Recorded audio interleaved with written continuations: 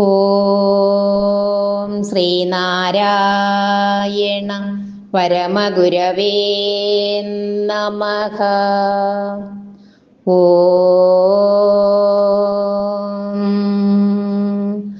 അണകവിയും മഴലാഴിയാഴുമെന്നിൽ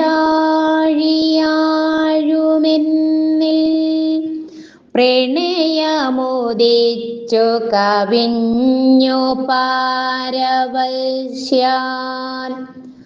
അണികരമേകി അണഞ്ഞിടും നാരായണ ഗുരു നായകനന്റെ ദൈവമല്ലോ. ഓം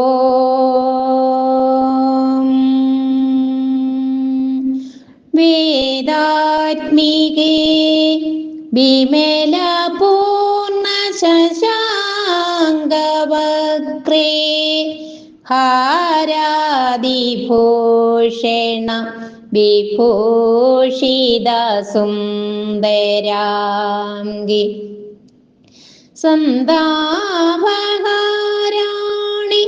സുഭാഷിണി ബോധലീനി ദാസേ സദാമയി ദയാം ഗുരു ചാരുശീലേ. പരമകാരുണികനായ ശ്രീനാരായണ ഗുരുദേവ തൃപ്പാദങ്ങളിൽ പ്രണാമം അർപ്പിക്കുന്നു. ശ്രീ ശാരദാംബികയുടെ തൃച്ചേവടികളിൽ പ്രണാമം അർപ്പിക്കുന്നു. ആചാര്യപാദങ്ങളിൽ പ്രണാമം അർപ്പിക്കുന്നു. ആത്മസഹോദരങ്ങളെ, ഏവർക്കും എൻ്റെ വിനീതമായ നമസ്കാരം. മങ്ങാട് ബാലചന്ദ്രൻ സാറിൻ്റെ ഗുരുദേവ കഥാസാഗരം 66-ാം ഭാഗം അവതരണം. കുമാരൻ നമുക്കിരിക്കട്ടെ. കായിക്കരയിലെ ശ്രീ കപാലേശ്വരം ക്ഷേത്രത്തിലും അവിടുത്തെ കടൽക്കരയിലുമൊക്കെ കൂടെ കൂടെ സന്ദർശനവും സഞ്ചാരവും നടത്താറുണ്ടായിരുന്ന ഗുരുദേവനെ അന്നാട്ടിലെ ജനങ്ങൾക്കെല്ലാം സുപരിചിതമായിരുന്നു.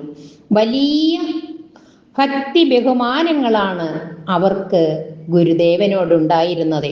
ഒരു ദിവസം ഗുരുദേവൻ ശ്രീ കപാലേശ്വരം ക്ഷേത്രത്തിലെത്തി വിശ്രമിക്കുകയായിരുന്നു.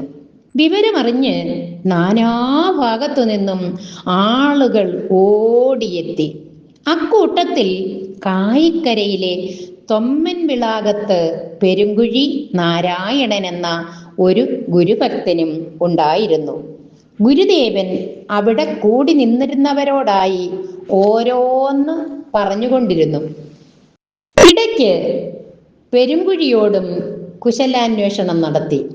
ആ സന്ദർഭം നോക്കി അദ്ദേഹം ഗുരുദേവനെ തൻ്റെ ഭവനത്തിലേക്ക് ആദരവോടെ ക്ഷണിച്ചു. പെരുങ്കുഴിയുടെ ക്ഷണം സ്വീകരിച്ച് ഗുരുദേവൻ അദ്ദേഹത്തിൻ്റെ ഭവനത്തിലെത്തി. ഉപചാരങ്ങൾക്ക് ശേഷം അവിടെ ഉണ്ടായിരുന്ന ഒരു ചാരുകസേരയിൽ ഗുരുദേവൻ ഇരുന്നു.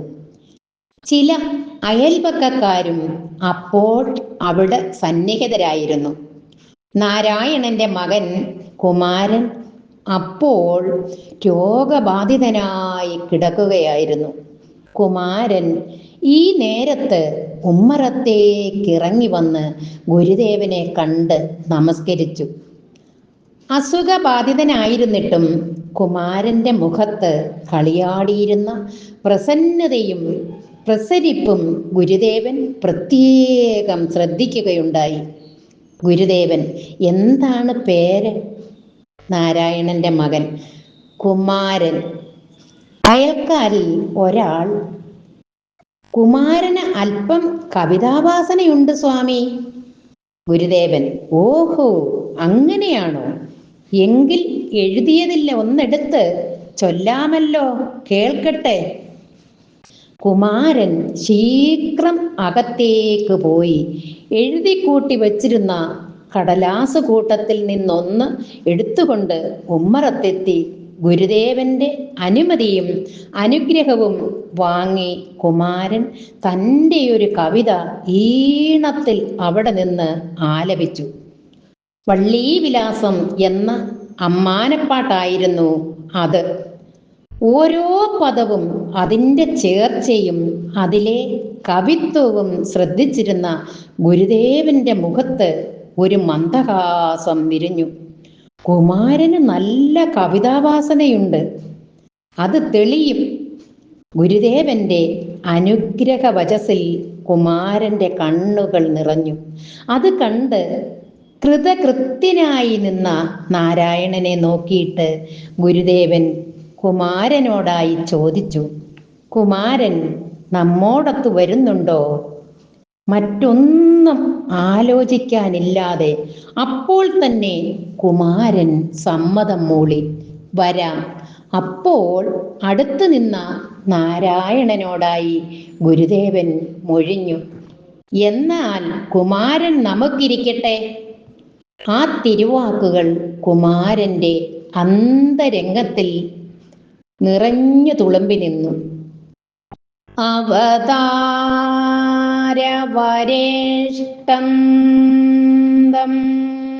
സർവാനുഗ്രഹദായിനം നാരായണ